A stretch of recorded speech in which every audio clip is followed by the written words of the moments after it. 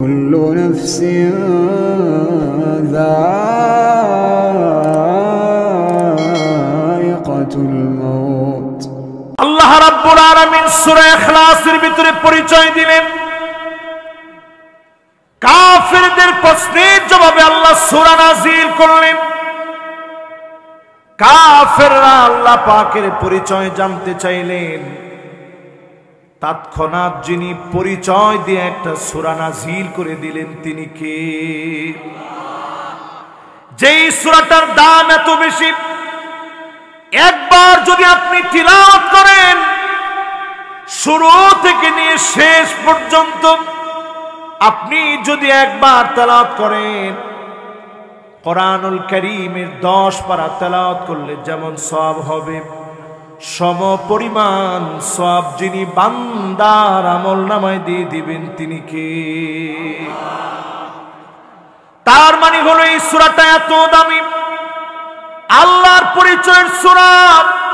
আল্লাহুস সামাদ, আল্লাহ অমুখাপেক্ষী, যার নিজের কোনো ক্ষুধা নেই, সব সৃষ্টিকে যিনি খাওয়ান, নিজে না খেয়ে সবাইকে খাওয়ান, নিজে না ঘুমায়া সবাইকে যিনি ঘুম পড়ান, সব সৃষ্টির উপরে যার কর্তৃত্ব, যিনি সারা সব মাখলুক তার কাছে কোনো না কোনো ভাবে সারা দিন কোনো না কোনো কিছু চাইতে থাকে, একমাত্র যিনি চাওয়া থেকে মুক্ত তিনি কে? এই রকম মালিক আমার আল্লাহ। সেই আল্লাহ রাব্বুল আলামিনকে যদি আপনি বুঝেন, আপনি এই কথা অকপটে বুঝবেন, যেই কোরআনুল কারীম আল্লাহ দিয়েছে, এই কোরআনুল কারীম হচ্ছে আল্লাহর বিধান। এই বিধান মতো যিনি রাষ্ট্র পরিচালনা করার দায়িত্ব দিয়েছেন তিনি কে? অমুখাপেক্ষী মালিককে যদি আপনি চিনেন, কোরআনুল কারীম অমুখাপেক্ষী মালিককে চিনিয়েছে। সূরাতুল ইখলাসের ভিতরে আল্লাহ রাব্বুল আলামিন নিজের পরিচয় দিয়েছেন। সেই পরিচয় যদি আপনি বুঝেন কত বড় মালিক তিনি। আল্লাহ রাব্বুল আলামিনের শুধু আরশে আজিমের সামনে 7 আকাশ আর 7 জমিন, এই বিশাল সৃষ্টি যদি রেখে দেওয়া হয়, এত ছোট হয়ে যাবে, কাহালকাতিন মুলকাতুন বিআরদি ফালাতিন। আল্লাহ পাকের সামনে 7 আকাশ আর 7 জমিন যদি পুরাটা মালিকের সামনে রেখে দেওয়া হয়, আমার হাতের ভিতরে ছোট্ট যে আংটি, এই আংটির মতো হয়ে যাবে, মুহূর্তের মধ্যে হারায় যাবে। এত বড় যে মালিকের আরশে আজিম তিনি কে? এবার চিন্তা করেন মালিক কত বড়। আল্লাহ রাব্বুল আলামিন তো এত বড়, আল্লাহ পাকের সামনে মুবারক কুদরতি হাতের ভিতরে 7 আকাশ 7 জমিন যদি রেখে দেওয়া হয়, কা খরদালাতিন সাবা, 7টা সরিষার দানা আমার আপনার হাতের ভিতরে নিয়ে নাড়াচাড়া করলে যেমন হবে, আমার মালিকের কুদরতি ক্ষমতা এত বেশি, 7 আকাশ আর 7 জমিন আমার মালিকের সামনে 7টা সরিষার দানার চাইতে ছোট। জোরে কোন আল্লাহু আকবার। এবার আসেন আমার ভাইরা, আল্লাহ রাব্বুল আলামিন নিজের পরিচয় দিতে গিয়ে বলেন, লাম ইয়ালিদ ওয়া লাম ইউলাদ। তিনি কারো কাছ থেকে জন্মগ্রহণ করেন নাই, কাউকে তিনি জন্ম দেন নাই। এই পৃথিবীর আমরা সবাই জন্মগ্রহণ করেছি। এই পৃথিবীতে আমরা এসেছি, আসার যে পদ্ধতি আল্লাহ পাক আমাদেরকে পৃথিবীতে পাঠিয়েছে, আমরা পৃথিবীতে আসছি, আমাদের আসার যে পদ্ধতি, এই রকম জন্ম অধিকার এই পদ্ধতিতে আল্লাহ পাক পৃথিবীতে আসেনি। তিনি একক মালিক। যদি তিনি এই পৃথিবীতে আসতেন, সৃষ্টি হতেন, নাস্তিকদের প্রশ্ন মতে আল্লাহকে কে বানিয়েছে, যদি উনাকে বানানো হতো, এটাও তো মাখলুক হতো, খালেক হতে পারতো না। ঠিক কিনা বলেন? এজন্য আল্লাহ খালেক। আমার ভাইয়ের, আল্লাহ কাউকে জন্ম দেন নাই, ইহুদিরা যেমনটা মনে করে উযাইরকে আল্লাহর বেটা বলে, খ্রিস্টানরা যেমনটা বলে ঈসা আলাইহিস সালামকে আল্লাহর বেটা বলে, আল্লাহ পাক পরিষ্কার ভাবে বুঝায় দিলেন লাম ইয়ালিদ ওয়া লাম ইউলাদ, তিনি কারো কাছ থেকে জন্মগ্রহণ করেন নাই, কাউকে তিনি জন্ম দেন নাই। আজকের এই মাহফিলে এই কথাটুকুন যদি বুঝে যান, আল্লাহ পাক আপনাকে এই মাহফিল থেকে যদি বুঝটুকুন দিয়ে দেয়, ইহুদিদের কোন কর্মকাণ্ড আপনার আমার ঘরের ভিতরে আমরা কোনোদিন ঢুকাবো না, ঠিক কিনা বলে? আল্লাহর হাবিব হাদিসের ভিতরে ইরশাদ করেন, এই পৃথিবীতে এমন সময় আসবে লা তাকুমুস সাআ, এই পৃথিবী তার আগে কোনোদিন ধ্বংস হবে না। তখন শেষ হবে হাত্তা তুত্তাখাদাল মাসাজিদু তুরুকা, মসজিদ থাকবে, মসজিদের সামনে দিয়ে মুসল্লি হেঁটে হেঁটে চলে যাবে। মুসলমানের সন্তান মসজিদে ঢুকে নামাজ পড়বে না, এমন মুসলমানের সংখ্যা এখন কম না বেশি? সবাই একটু আওয়াজ করে বলেন তো, কম না বেশি? যার নামাজই নেই ওটা কেমন মুসলমান? ঠিক বলছে একজন। আপনারা সবাই বলেন আমি কি ভুল কথা বলছি এটা? এরপরে আল্লাহর হাবিব বলেন লা তাকুমুস সাআতু, ততক্ষণ পর্যন্ত এই পৃথিবী শেষ হবে না, ধ্বংস হয়ে যাবে না, হাত্তা ইয়াবুদাল্লাহু ওয়াল উজ্জা, মুসলমানের ছেলে মূর্তির সামনে গিয়ে মাথা নত করবে, পূজা করা শুরু করবে। এখনো তাকায় দেখেন আমার হিন্দু ভাইরা, তারা তাদের মন্দিরে গিয়ে পূজা করে করুক, আপনি মুসলমানের সন্তান মূর্তির সামনে যান, মাথা নত করেন, এর চাইতে লজ্জাজনক আর ঘটনা হতে পারে না, ঠিক কিনা বলে? এরকম মুসলমান একেবারে নাই। সবাই বলেন। 3 নম্বর হাদিস শুনেন আমার ভাইরা, লা তাকুমুস সাআতু, এই পৃথিবীতে ততদিন পর্যন্ত এই পৃথিবীটা ধ্বংস হবে না, হাত্তা ইয়াতাবাগান নাসু বিল মাসাজিদ, মসজিদে মসজিদে লড়াই হবে, এমন লড়াই লেগে যাবে, পদ পদবী নিয়ে সভাপতি কে হবে, সেক্রেটারি কে হবে, এই পদ পদবী নিয়ে মারামারি কাটাকাটি হানাহানি শুরু হবে। এরপরে 4 নম্বর হাদিস শুনেন আমার ভাইরা, আল্লাহর হাবিব বলেন লা তাকুমুস সাআতু, এই পৃথিবীটা ততদিন পর্যন্ত শেষ হবে না, তখন শেষ হয়ে যাবে হাত্তা ইয়াসুদা কুল্লু কাবিলাতিন মুনাফিকুহা, এলাকায় এলাকায় রন্ধ্রে রন্ধ্রে মুনাফিকের নেতৃত্ব চলবে, মুনাফিকগুলো এলাকায় এলাকায় নেতা হয়ে যাবে, ঠিক কিনা বলে? এখন কি চলে? কি মনে হয় চলে? না, 100-তে 100 না, 100-তে 100 যখন হবে তখন কিয়ামত হয়ে যাবে। কয় নাম্বার হাদিস শুনাইলাম? 4 নাম্বার।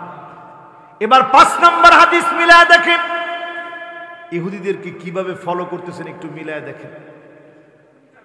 5 নাম্বার হাদিস শুনেন, লা তাকুমুস সাআতু, এই দুনিয়া ততক্ষণ পর্যন্ত শেষ হবে না, এই দুনিয়া ততক্ষণ পর্যন্ত ধ্বংস হবে না, কিয়ামত হবে না।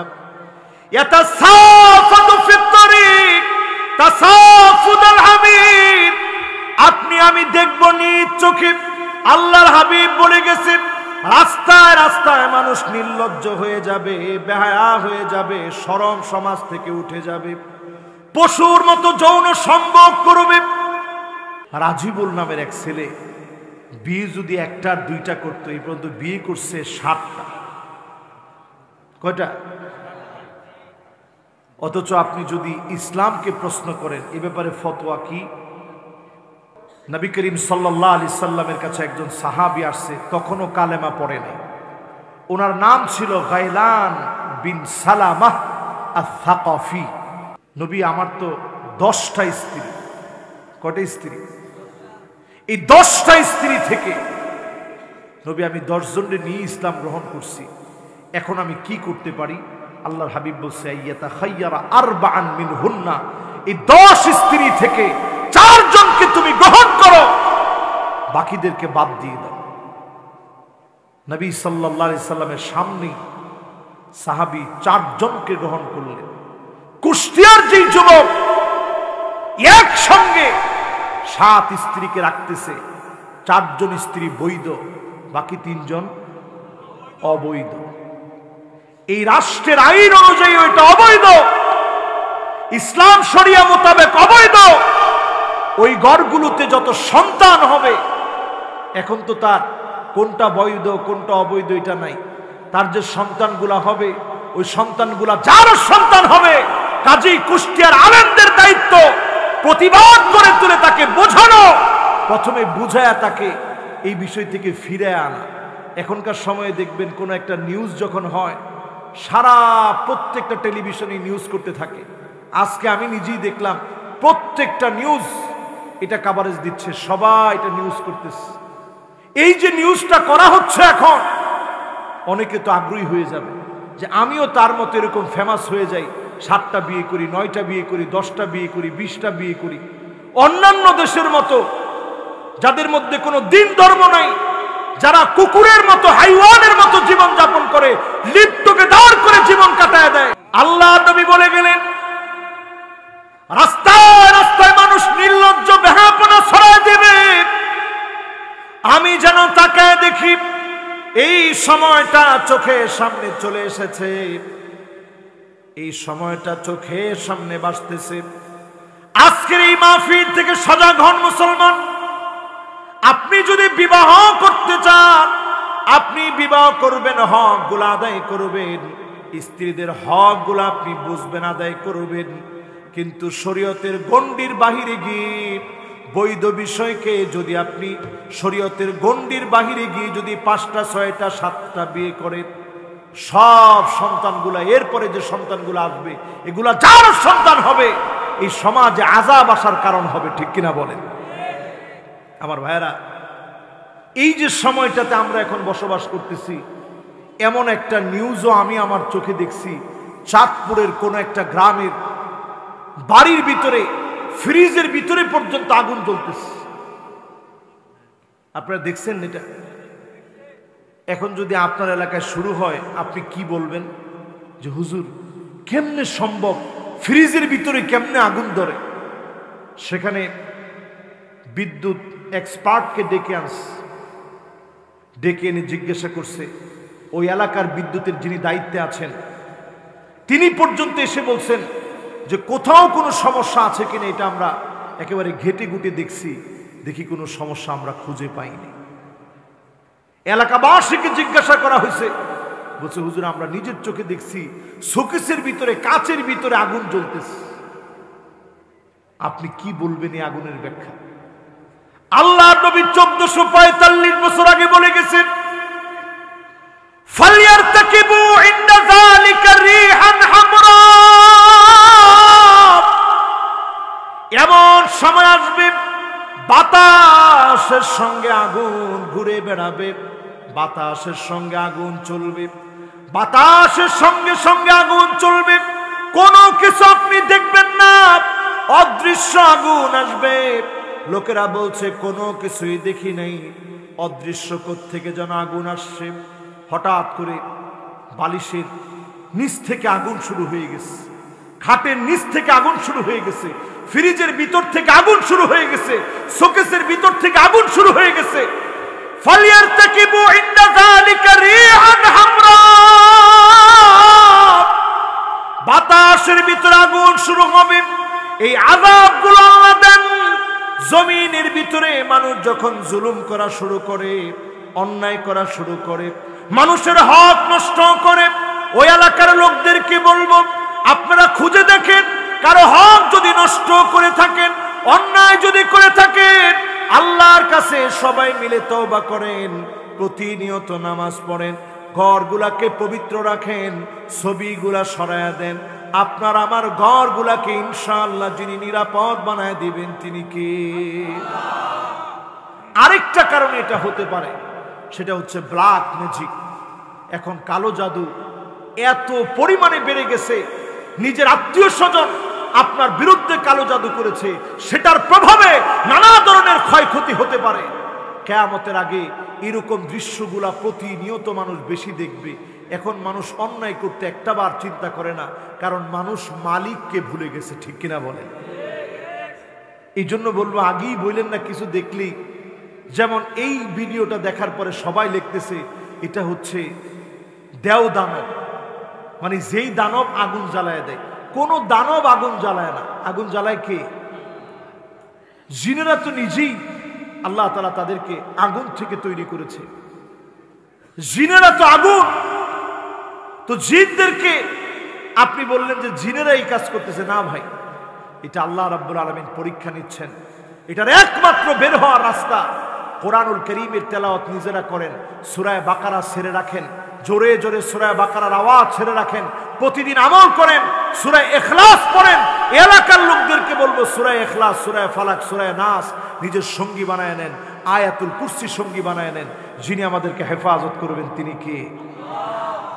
আল্লাহর হাবিব বললেন, লা তাকুমুস সাআতু, ততক্ষণ এই পৃথিবীতে কিয়ামত হবে না, হাত্তা ইয়াক্তাতিলা ফিয়াতান দাওয়াহুমা ওয়াহিদা, একই দলের ভিতরে, একই দলের নেতা কর্মীর ভিতরে শুধুমাত্র পদ পদবীর জন্য মারামারি কাটাকাটি হবে।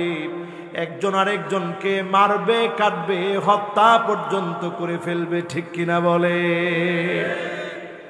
এখনকার সময়ে সারা বাংলাদেশে এগুলা থাকলেও আপনাদের এই পিরোজপুরে নেই। আসেনি ভাই? একই দল, একই মার্কা, একই আখলাক, একই চরিত্র হওয়ার পরেও নিজে শুধু পদ পায় নাই, এই জন্য একজন আরেকজনের বিরুদ্ধে লড়াই করে। আছে না নাই? এবার আসুন আমার ভাইরা পরের হাদিসের দিকে দেখি।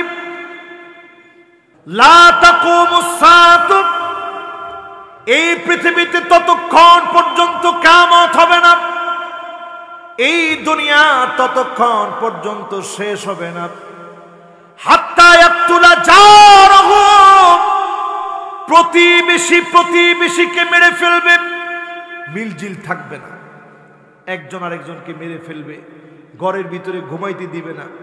এগুলো এখন হয়নি? সবাই বলেন হয়নি? এরকম সময় আসবে প্রতিবেশী প্রতিবেশীকে ঘুমাইতে দেয় না, প্রতিবেশী প্রতিবেশীকে থাকতে দেয় না, প্রতিবেশী প্রতিবেশীর প্রতি অমানবিক আচরণ করবে। এই পুরাপুরি এখন আমার চোখের সামনে দৃশ্য ভাসতেছে। ঠিক কিনা বলেন?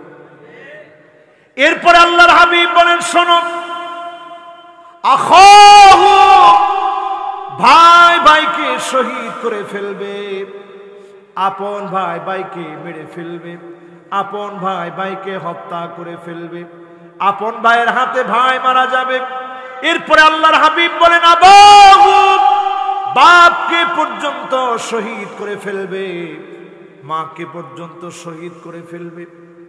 যেই মা বাপ নিজে না খেয়ে আপনাকে খাওয়ানো, নিজে না পড়ে আপনাকে পড়াইলো, এমন মা বাপকে পর্যন্ত সন্তান মেরে ফেলবে।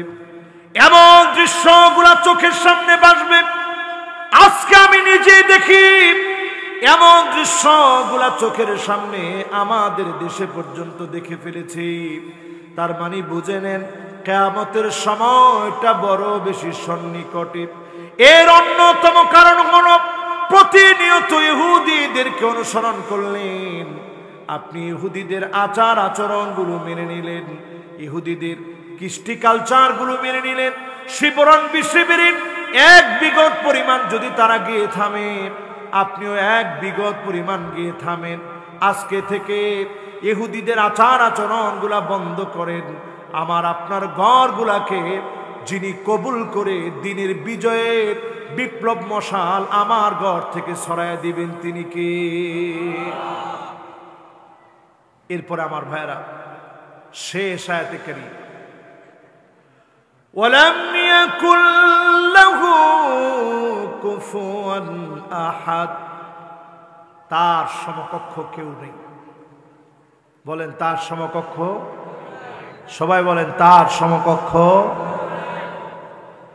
আজকের আপনি নিউজ দেখেন, আমি ইদানিং দেখি আমাদের দেশের অনেক মিডিয়া একসময় হুজুরদের বিরুদ্ধে বিরুদ্ধাচারণ করত, এখন সব মিডিয়াগুলো ফিলিস্তিনের পক্ষে এমন পজিটিভ নিউজ দিচ্ছে।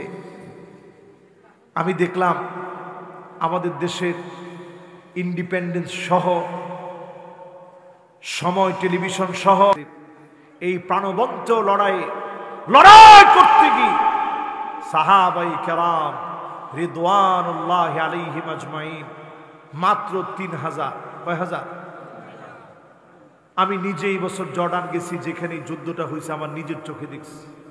মুতা প্রান্তে আমি দাঁড়িয়ে উপলব্ধি করেছি, আল্লাহ, 1000 কিলোমিটার পাড়ি দিয়ে সাহাবাই কেরাম আসছে ক্ষুধা পেটে, কোনো খাবার নাই, পানি নাই, কিছু নাই, মরুময় এই প্রান্ত হেঁটে ক্ষুধা পেটে সাহাবাই কেরাম আসছে। 3 দিন শুধু সাহাবাই কেরাম রাত যাপন করে একটু মনের ভিতরে ভয় আসছে, এই লাখো বাহিনীর বিরুদ্ধে লড়াই করব কেমনে?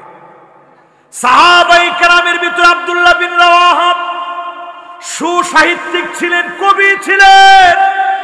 তিনি দাঁড়ায় বক্তৃতা দিয়ে বললেন, একজন আমরা এই প্রান্ত থেকে ভয় পেয়ে যাব না, প্রয়োজনে জীবনটা দিয়ে দিব, রক্তগুলা সব ঝরে পড়বে, প্রত্যেকের রক্ত এই জমিনের ভিতরে পড়বে, প্রত্যেকেই প্রান্তে শহীদ হয়ে যাব, একজন আল্লাহ নবীর কাছে পরাজিত চেহারা নিয়ে যুদ্ধ থেকে পালায়নকারী হিসাবে ফিরে যাব না, একজন আমরা ফিরব না। চলো সবাই জিহাদের ময়দানে। প্রাণবন্ত এই বক্তৃতায় সবার প্রাণ ফিরেছে, জিহাদের দিকে ধাবিত হয়েছে।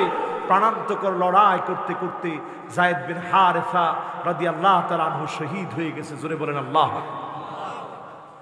জাফর বিন আবি তালেব জান্ডা হাতে তুলে নিয়েছে, লড়াই করতেছেন, কাফেরের তীর এসে লেগেছে, হাতের ভিতরে তীর বেঁধেছে, হাত যখন অবশ হয়ে গেছে, আরেকটা হাতের ভিতরে কালেমার ঝান্ডা উঠা নিয়েছে। আল্লাহর হাবিবের সাহাবী আরেকটা হাতের ভিতরে ঝান্ডা উঠায় নিয়েছে। এই হাতের ভিতরে যখন তীর লেগেছে, দাঁত দিয়ে চেপে ধরেছে, কালেমার ঝান্ডা দাঁত দিয়ে চেপে ধরে রেখেছে। কালেমার ঝান্ডা যখন দাঁত দিয়ে চেপে ধরে রেখেছে, জাফর বিন আবি তালেব বুকের ভিতরে যখন তীর লেগেছে, জমিনের ভিতরে লুটিয়ে পড়েছে, কালেমার পতাকা ছাড়ে নাই। আব্দুল্লাহ বিন রাওয়াহা পতাকা হাতের ভিতরে উঠায় নিয়েছে, জিহাদ শুরু করেছে, তিনিও শহীদ হয়ে গেছেন। আল্লাহর নবী, বিশ্ব নবীর সাহাবী খালিদ বিন ওয়ালিদ দাঁড়িয়ে গেলেন ওই জিহাদের প্রান্তে। 9টা তরবারি মারতে মারতে ভেঙে ফেলেছে। ছোট একটা তরবারি নিয়ে প্রাণান্তকর লড়াই করেছে, ইয়ামানি একটা ছুরি দিয়ে কাফেরদেরকে কচু কাটা করেছে। এই জমিনে মুসলিম বীরদের ভিতরে স্মরণীয় হয়ে আছে 12 জন এই প্রান্তে শহীদ হয়েছে।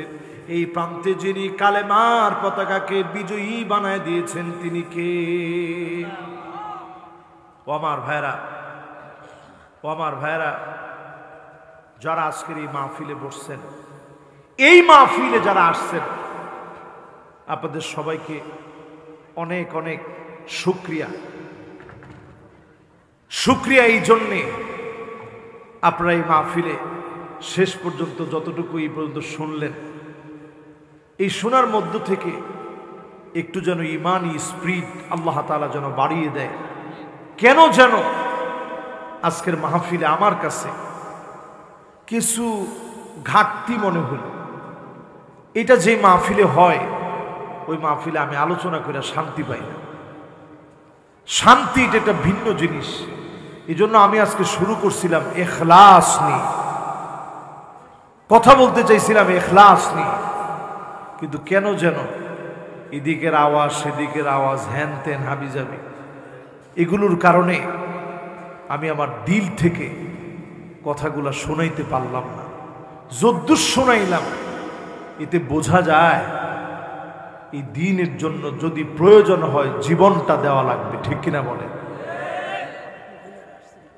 আমার অনেক মা বোন আসছেন, ওয়াজ সব পুরুষের জন্য যেগুলো মহিলাদের জন্য একই ওয়াজ, তারপরে আমার মা বোন আসছেন।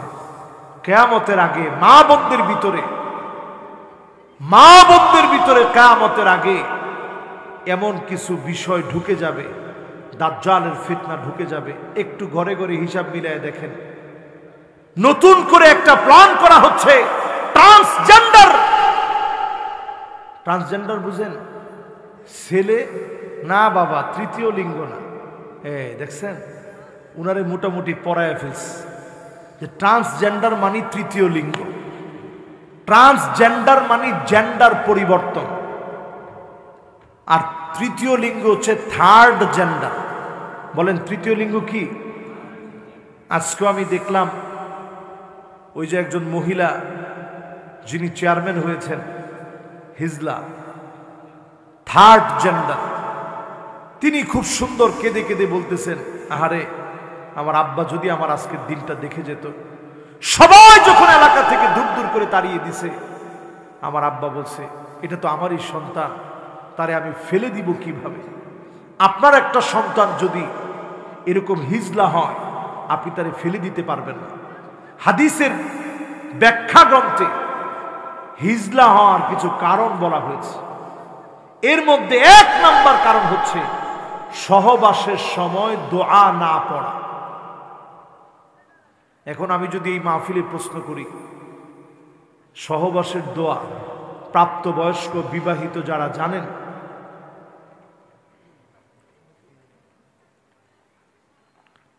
আচ্ছা কে বলতে পারবেন? একজন বলেন তো দেখি দোয়াটা কি। দেখছেন কারবার? একটা লোক আপনারা বলতে পারলেন না যে হুজুর দোয়াটা এইটা। আল্লাহুম্মা জান্নিবনা শাইতান। দেখেন অবস্থাটা, একজনও কিন্তু আপনারা বলতে পারলেন না পুরাপুরি। কন্ত দেখি আল্লাহুম্মা।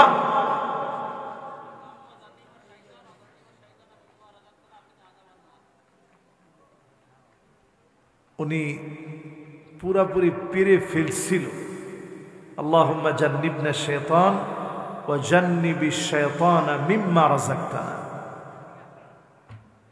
মাশাআল্লাহ ভাই, সুন্দর বলছে।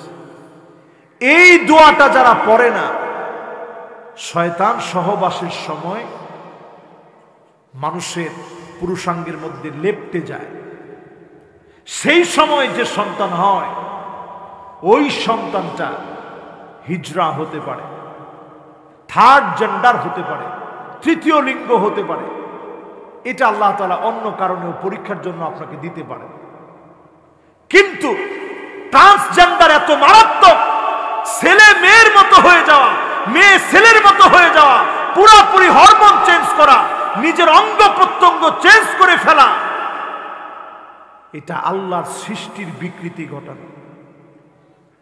এই ব্যাপারে আমেরিকা খুব ফোর্স করতেছে, আমেরিকা খুব ফোর্স করছে, খুব শক্তি খাটাচ্ছে আমার দেশের উপরে। এই ট্রান্সজেন্ডারের ব্যাপারে যেন পার্লামেন্ট থেকে আইন করা হয়, বৈধতা দেওয়া হয়। যদি এই রকম বৈধতা আসে, মনে রাখবেন কোন ছাত্রাবাস নিরাপদ থাকবে না, কোন ছাত্রীবাসও নিরাপদ থাকবে না, ঠিক কিনা বলে? আল্লাহর আযাবের জন্য প্রস্তুত হন মুসলমান। সমকামিতা পৃথিবীর বহু দেশে চলতেছে, এই জন্য আযাবগুলোও চলে আসছে ম্যাক্সিমাম। সামনের পৃথিবীতে লড়াই হবে, পানির জন্য লড়াই। আপনারা বরিশালের মানুষ বলবেন হুজুর সব দিকে পানি আর পানি। পানির জন্য কিসের লড়াই হবে? সারা দুনিয়াতে একটা সময় লড়াই হবে, পানির জন্য লড়াই। শুকায় যাবে, প্রান্তকে প্রান্ত শুকায় খা খা মরুভূমি হয়ে যাবে। মানুষ পানির জন্য ভিক্ষুকের মতো তাকায় থাকবে। আমাজান অলরেডি মানুষ জ্বালিয়ে ফেলতেছে, পৃথিবীর ফুসফুসটাকে জ্বালায় পুরায় সারখার করে দিচ্ছেন। এই পৃথিবীর ভিতরে 36টা দেশের মধ্যে এখন লড়াই চলছে। পৃথিবীতে লড়াই করতে করতে এমন একটা অবস্থা হবে, পৃথিবী মানব শূন্য হয়ে যাবে লড়াইয়ে লড়াই। ও আমার ভাইয়েরা, ঠিক এই কথাগুলা বলতে বলতে কয়েকজন লিখছেন যে হুজুর কিয়ামতের আগে মহিলাদের কি অবস্থা হবে, এটা নিয়ে একটু ওয়াজ করেন, এটা নিয়ে একটু ওয়াজ করি। এখনকার সময়ে ট্রান্সজেন্ডার যখন আসতেছে, একটু চিন্তা করেন, অসংখ্য ছেলে মুসলমানের সন্তান হাতের ভিতরে চুড়ি পরে, এরকম আছে না নাই? মুসলমানের ছেলে কানের ভিতরে দুল পড়ে, আছে না নাই? শুধু বাকি আছে নাকের ফুল। কি বাকি? আর সব হয়ে গেছে।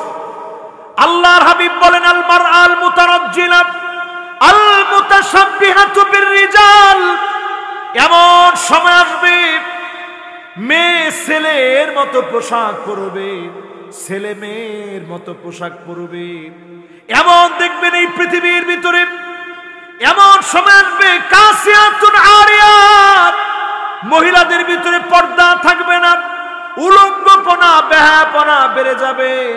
এমন পোশাক পরবে তাকালে মনে হবে কোনো পোশাক পরে নাই। এখন কি সময়টা আসছে ভাই? চলে আস। এরপরে দেখবেন আন্নানা, এমন সব মহিলা বের হবে যেই মহিলা বলবে সব আমার নামে লিখে দাও, তোমার মা বাবার নামে 1 টাকা খরচ করতে পারবা না। এমন বউ এখন ঘরে ঘরে আসে না নাই?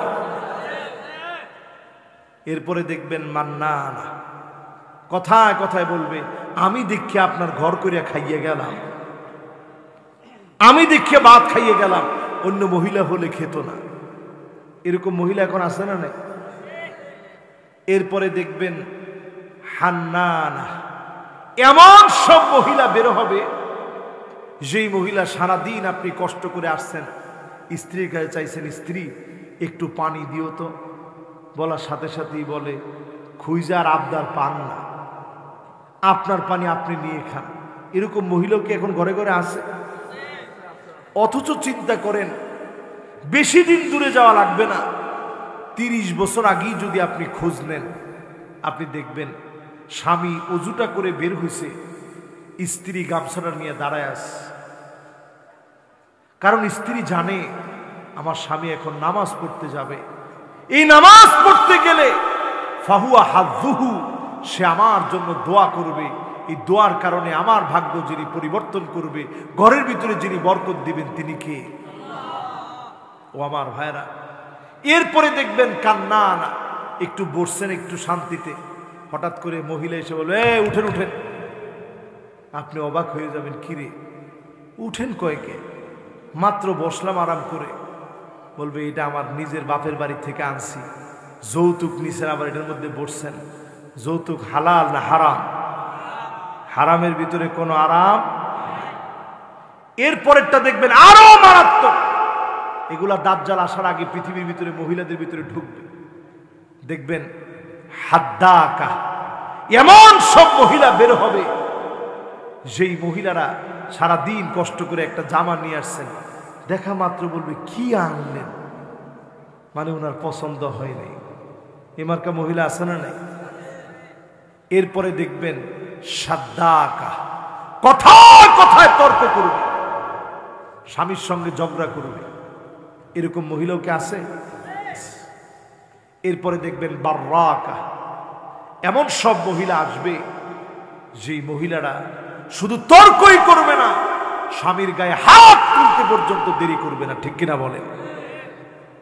এই মাহফিল থেকে বলি, আমার যে মা বোন এই মাহফিলে আসছে, এই যে কথাগুলো বললাম, এগুলা দাজ্জাল আসার আগে পৃথিবীর ইহুদি নারীদের মধ্যে ঘটার কথা। এখন আমাদের মহিলাদের মধ্যে এরকম ঘটছে কিনা? আল্লাহর গোলামেরা যারা মাহফিলে বসলাম, এই মাহফিল থেকে সূরা ইখলাসের তাফসীর শুনে কি নিয়ে বাড়ি ফিরব? ইখলাস নিয়ে যদি বাড়ি ফিরতে পারেন, অনেক বেশি ইবাদত করার জন্য আপনার জীবনের সুযোগ আপনি নাও পেতে পারেন। যদি ইখলাসের সঙ্গে ইবাদত করেন, কাজকর্মগুলা যদি করেন, আনানাস সামা, সুদূর ওই আকাশের মেঘমালা পর্যন্ত যদি গুনাহ করে ফেলেন, যিনি আমাকে আপনাকে মাফ করে দিবেন তিনি কে? শুধু আল্লাহর কাছে ইখলাস নিয়ে খাঁটি মনে তওবা করার জন্য আসেন, আল্লাহ মাফ করে দিবেন ইনশাআল্লাহ। বলেন, বস্তুর মূল জিনিসই হচ্ছে ইখলাস। আপনার আমার ইখলাসটা থাকে গোপনে। এই গোপন জায়গাটা যদি পরিশুদ্ধ হয়, যিনি আমাকে আপনাকে কবুল করবেন তিনি কে? এই জন্য সব কাজ আমরা ইখলাসের সাথে করতে রাজি আছি তো ইনশাআল্লাহ? রাজি আছি ইনশাআল্লাহ। আজকে থেকে আর দূরে থাকেন না।